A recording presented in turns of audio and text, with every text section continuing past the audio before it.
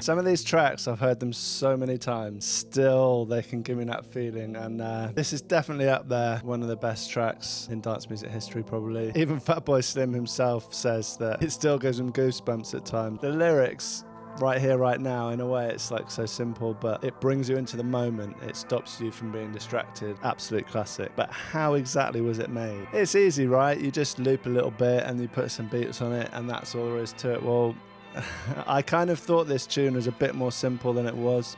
But in actual fact, it's a real masterpiece of sampling. He's really done such a good job. Join me to dive deep into it, look at exactly how it's made, looking at the samples, the synths and the secrets that went into making this classic track.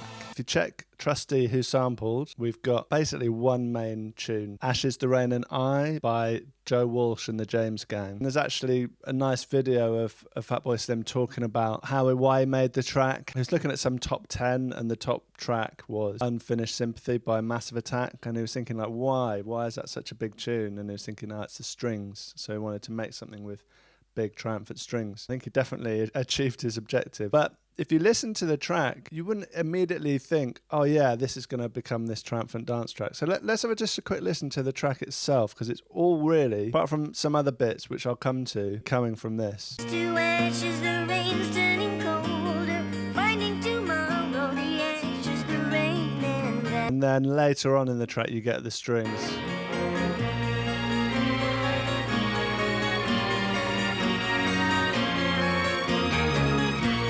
Just want to highlight that it seems like obvious, just take those strings, it'll sound great, but he's just literally taken like 2 bars from here and there. They just flash by in the track, but then you repeat them and you get something new. I feel quite passionately about sampling being an art form. A lot of people seem to think it's just stealing, and it kind of can be. Some big tracks, it's literally just the main loop and you just put a kick drum or some drums behind it and you've got a hit. But stuff like this, I've got so much respect for, and it saddens me that nowadays, what with copyright and everything, people are just too scared to sample. They just don't want to do it just because of the risk. So it's right towards the end, the beginning of the track, we've got this 2-bar loop and we've got a nice resonant low pass filter on it. So let's have a little listen to my version.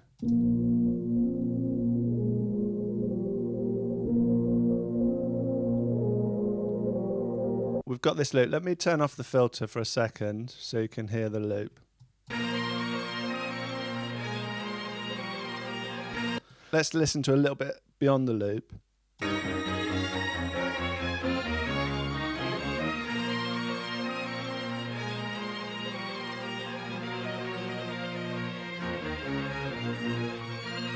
So I just think there's a genius about just grabbing that bit, looping it, and it takes on a completely different life, a life of its own.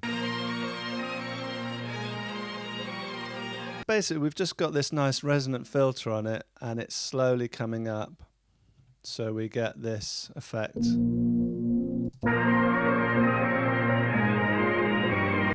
But that's not all there is to it, so that's what I mean when I say it wasn't as simple as I thought, because if we listen to the original around here, we've got a little bit of percussion, there's some kind of hat or shaker coming in, but we've also got another loop which I couldn't find in that track. If you listen to these notes,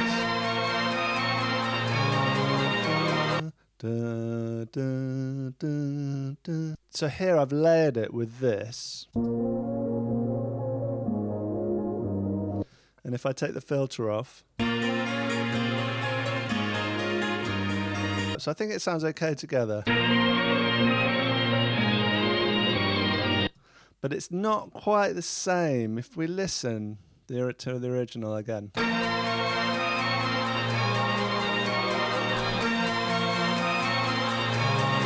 So it's got these notes going da, da, da, da, and then we get this kind of voice coming in. I'm not sure if you can hear it, but it's kind of going da, da, da, da, da.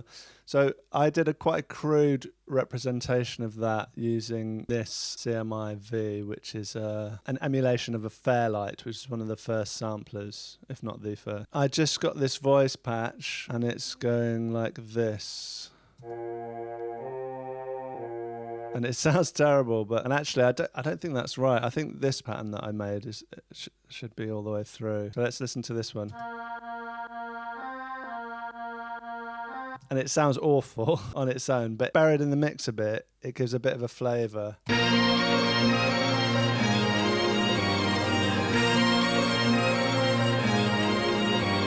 In the original, it's a different sound. It's some kind of sample. And this is what I'm talking about when I say talking about skillful sampling. When I got into sampling, I kind of thought, oh, well, what do you do? It's all about changing the sound and manipulating it and twisting it and to make it sound different. But from making this video, I kind of understand now that it's not so much about that. It's about layers and fitting things in the mix and making something cohesive. So it's not necessarily about changing things dramatically, but it's about making things fit together. And that's what's done so well here, because it's so easy when you're using samples for things to be really messy and they just clash and it just sounds like a big old mess. But it really doesn't sound like that here. It sounds great. So let's hear a little bit more of the original. So we've got to change to a different sample. So hopefully you can hear behind this. Here's a good way to hear it. If we listen to just that sample, and then we listen to the original, much richer, isn't it? So you can hear there's a lot of other layers going on, and I have looked and tried to find them within that track, but I think there's samples from other tracks that are hidden and not known. I think deliberately hidden for fear of getting sued or whatever. So then we flip into this sample. So we've got two main chunks that are sampled. And again, let's just listen to a little bit. This is the part of the sample.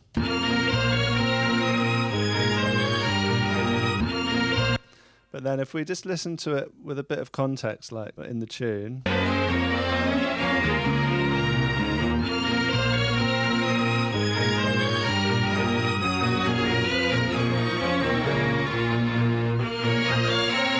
I mean, imagine if he'd looped this part. It's rubbish. So this is the second main bit that's used, and then so we flip here into this bit. And again, there's other layers. So one of the layers is kind of like a sitar. Listen to my version just for a sec.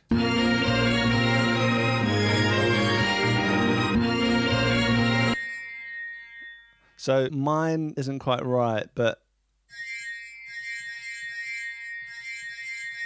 if you listen to the original, there is that kind of sound in there.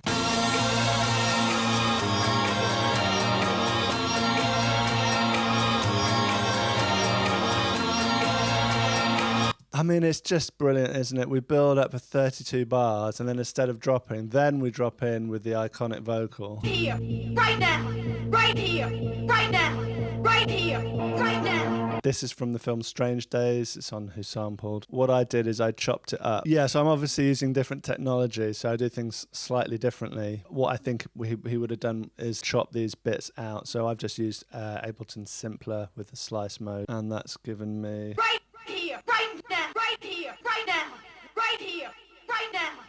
Because the rhythm's different. If you just had the sample... Right here, right now. He wants to manipulate the timing, so the easiest way to do that is to chop it up. So we've got that. Right here, right now, right here, right now. What else have we got going on? So I've not got this dead on, but we've got basically a short sample, and it's very short. It's 1/4 of a bar, just looping, and with a filter coming up. We hear it without the filter.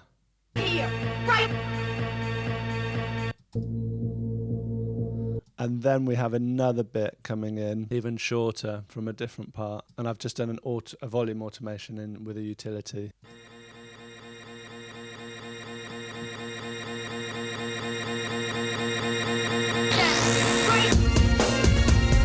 Okay, and then we've got a little effects noise. I feel like it's quite close, so let's just listen to the original.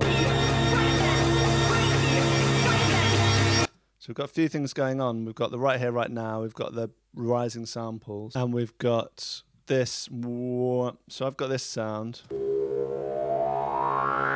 And that's quite well time stretched. Look, if I turn warp off. So I've just time stretched that to make it longer. And we've got a bit of a crash fill. So we've got this coming up in velocity. So let's listen to the original, but look at my pattern.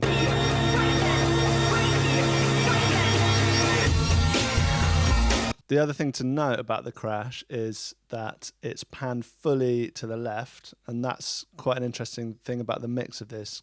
Few elements are panned totally hard left or hard right. Also, if you listen to the crash, kind of repeats. It's almost like a delay, but I don't think it is a delay.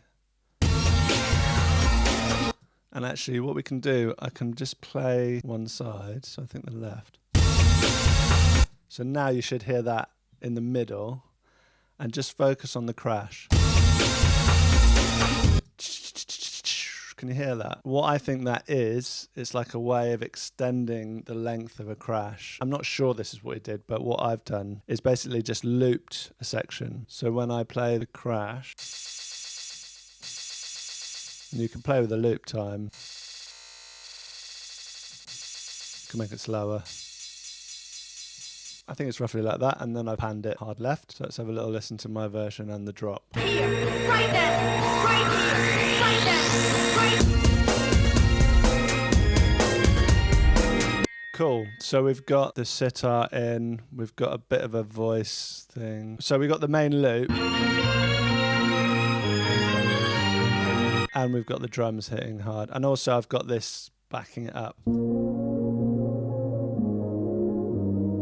Like, I think these fit together fairly nicely. I don't think it's exactly the same. But because the bottom one is like low pass filtered, I think it works quite well. So that brings us on to the drums, which were a bit of a challenge, to be honest. I haven't tried to be too forensic about it. Let's just go through what I've got. So it's definitely like some kind of sample drum break, and we can actually listen to the drums in isolation, which is quite handy later on in the It sounds like a sample drum break. I don't know what break it is. Please let me know if you do. I was just flipping through, and one of the first ones that came up was this Alice Cooper break. Let's have a quick listen to it. But of course that's quite slow, but if we have that pitch up a bit, and then I chopped it up. Let's just demonstrate. So if I drag the loop in, I've already got it saved, kind of looped nicely, and it's on repitch mode. So, and the original BPM 76, so it's pitching it up and sounds like this. And then if I just hit right click and slice to new MIDI track, then I get all the slices and it just lays out the sequence. So then I get the loop sliced up like this. So I chop that up a bit. I did tweak things a little bit, like this hat. I've got a nice little high pass filter on it, and I tweaked the sustain. I brought it down. It doesn't always slice it perfectly, so I adjusted things so that I don't have clicks and stuff in them. Yeah, but that got me a lot closer. Like, I was quite happy. Before I was messing around just trying to build a kit.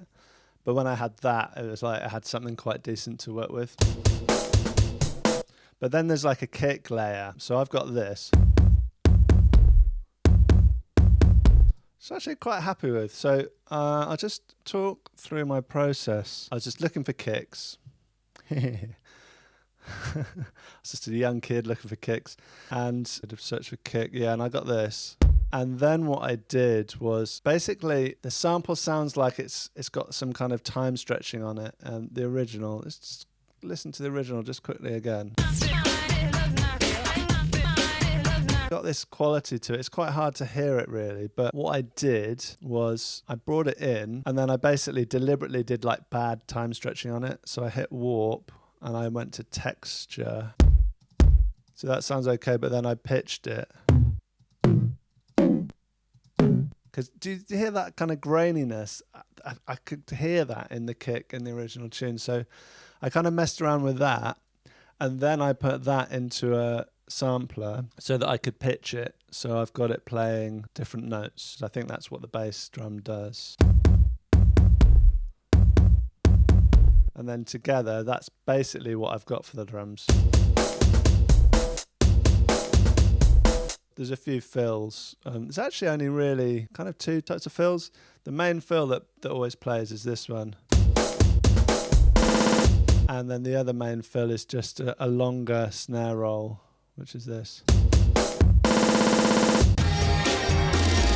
Of course, it's not exactly the same, but I'm pretty happy. It's giving you the flavour of the drums. I've got a little bit of other stuff going on. I've got this snare, just doing this. And that's also panned to the left. And I've got a few extra hats. Just simple hats. And I actually beefed up the kick. I wanted it a bit more bassy. I don't know if it really needs it, but I put that in, but quite quiet. Actually sounds quite wrong to me now. I feel like I want to low pass it a lot more.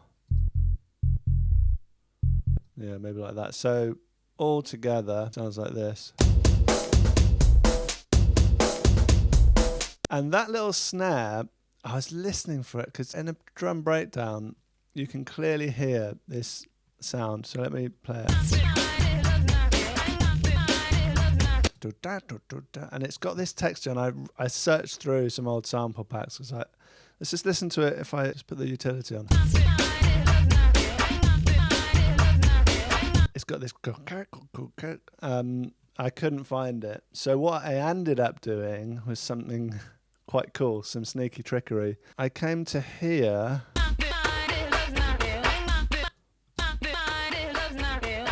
And then I basically just copied a bit down. Because of the phase, because this is playing and this is playing, and then because it's panned, basically you end up with just the vocal. Because also that's another thing I couldn't find. Like, if you know what that vocal's from, please let me know. But I've got no idea. But I was really happy to kind of get that on its own, and then having that on its own meant that I could kind of get the drums on their own, so they sound like this. You can hear a tiny bit of the vocal in it, but basically, so that's just like this little loop. Yeah, I was really happy to get that in, because I couldn't find that drum, and it's really hard. I can recreate a drum pattern quite easily, but if I haven't got the sound, it's tough. So that enabled me to get this bit, for example. So yeah, that's the drums. And really, that's kind of the bones of it. Let's continue. So I really like the structure of it. It doesn't let things linger on for too much. So we've got this main drop, just 16 bars. So it drops in like this. And then after 16 bars, we have a little breakbeat, little drop down for 8 bars. And then we drop back in. And I have done something a bit different. Let's have a listen to what I did. So I've got the main sample. I've also got this, which I think maybe I just did the same as I did here. No, they're actually slightly different. So there's quite a few little bits of the tune you can pick out. And there's also, this is the one I've done here.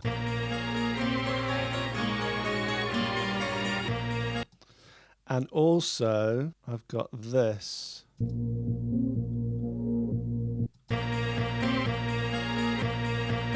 Because I was trying to get, I'm pretty sure he used a different sample, but I'm just trying to kind of fudge it a little bit. So I've just chopped this up. So this is playing a different note, essentially. So I've got a long note, low pass filter, but I've got a longer note. So they're the same. And then this is just the next bit of the sample. Yeah, I think it sounds pretty good in the context. Let's have a little listen.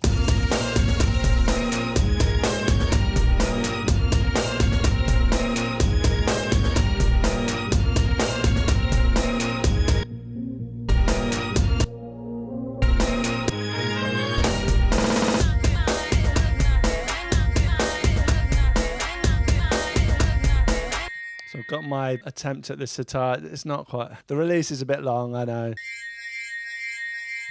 And then we've got my voice.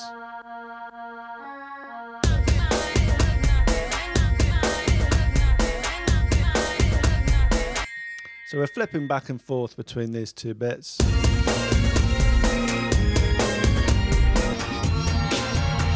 Also, the pitch, I know my pitch is slightly different. It just worked out like that. I think sometimes with tracks like this, you know, they might, in the mastering or like after the tune's made, they might be pitched up a bit, like they might be sped up a bit or sped down, which affects the pitch. So that's my excuse for what's going on there. Yeah, so as we go into we've got this like main bit, then we've got an amazing breakdown. So before we go into the breakdown, we've got this little bit. So here we actually got a different sample, different part of the track, which is this. It's got that characterized by that high string. Like, you know, so let's listen to the original.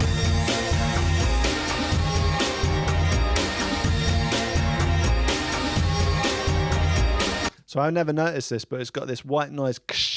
And again, quite useful that these sounds are hard pan, because then I can listen to them more clearly. So if I put that on, listen to this white noise sound. So I was able to recreate that without too much difficulty. Not precisely the same, but this is my version.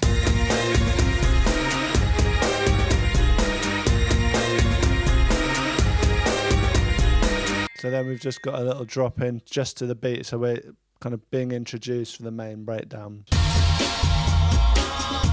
And you can hear that vocal. I think that's because I've got this on really clearly. La, la, la, la, la. Which is why I've got my rubber sheet. It sounds deeper, but it's hard to get it the same. Yeah, we've got that. And then we've got this little effects noise. So...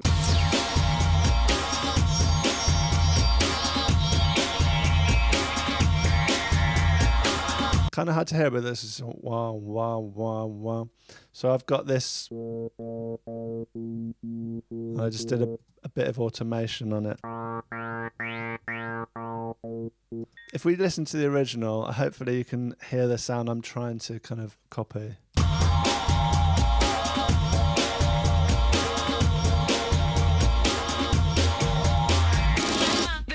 Nice bit of filter mouth there. Do you know about filter mouth? So then we break down into this section.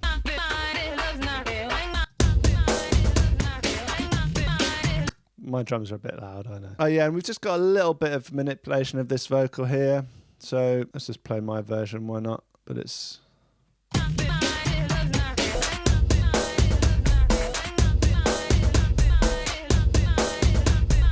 Actually, in his version, there's a bit more going on. There's a little fill I forgot to put in. Maybe I can just put that in now. So we've got that for a whole bar, that kick snare pattern. So basically just that.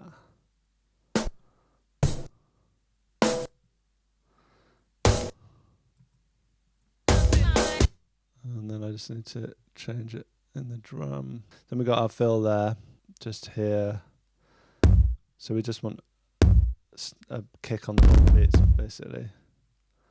And that should be it. Maybe just get rid of that.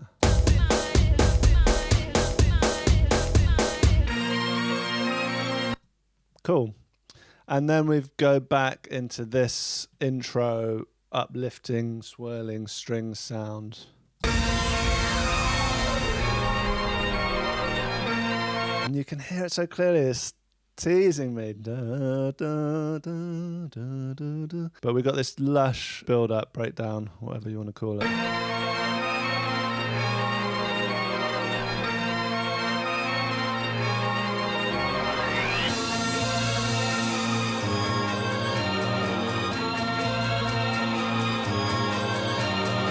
And then, of course, the vocals come in.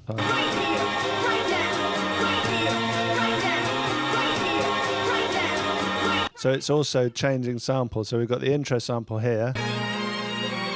Then we've got the main bit sample. And then we've got the alternative main bit sample. Right now. With a high string. Right now. Right here. Right now. Right here. Right now. Right here. Right now. Right here. Then we just got that beautiful repetition of here. Mine sounds a bit wrong. The timing sounds weird. I'm not quite sure why. If you know, let me know. So then we've got just that smashing snare fill. And yeah, we've got the filter coming down on the vocals, like so. I've got a bit of an effects riser.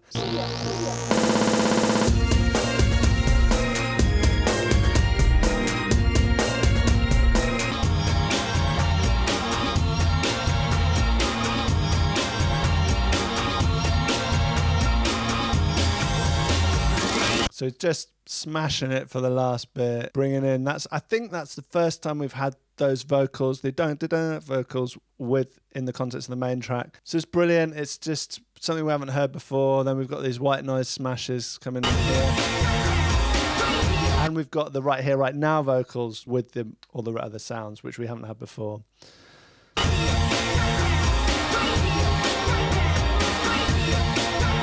So much of music is what you hold back, not what you want to hold things back. So he's held that all back for the very final moment of the song, basically. And then we just have this beautiful climax and then just a little resting down to the end.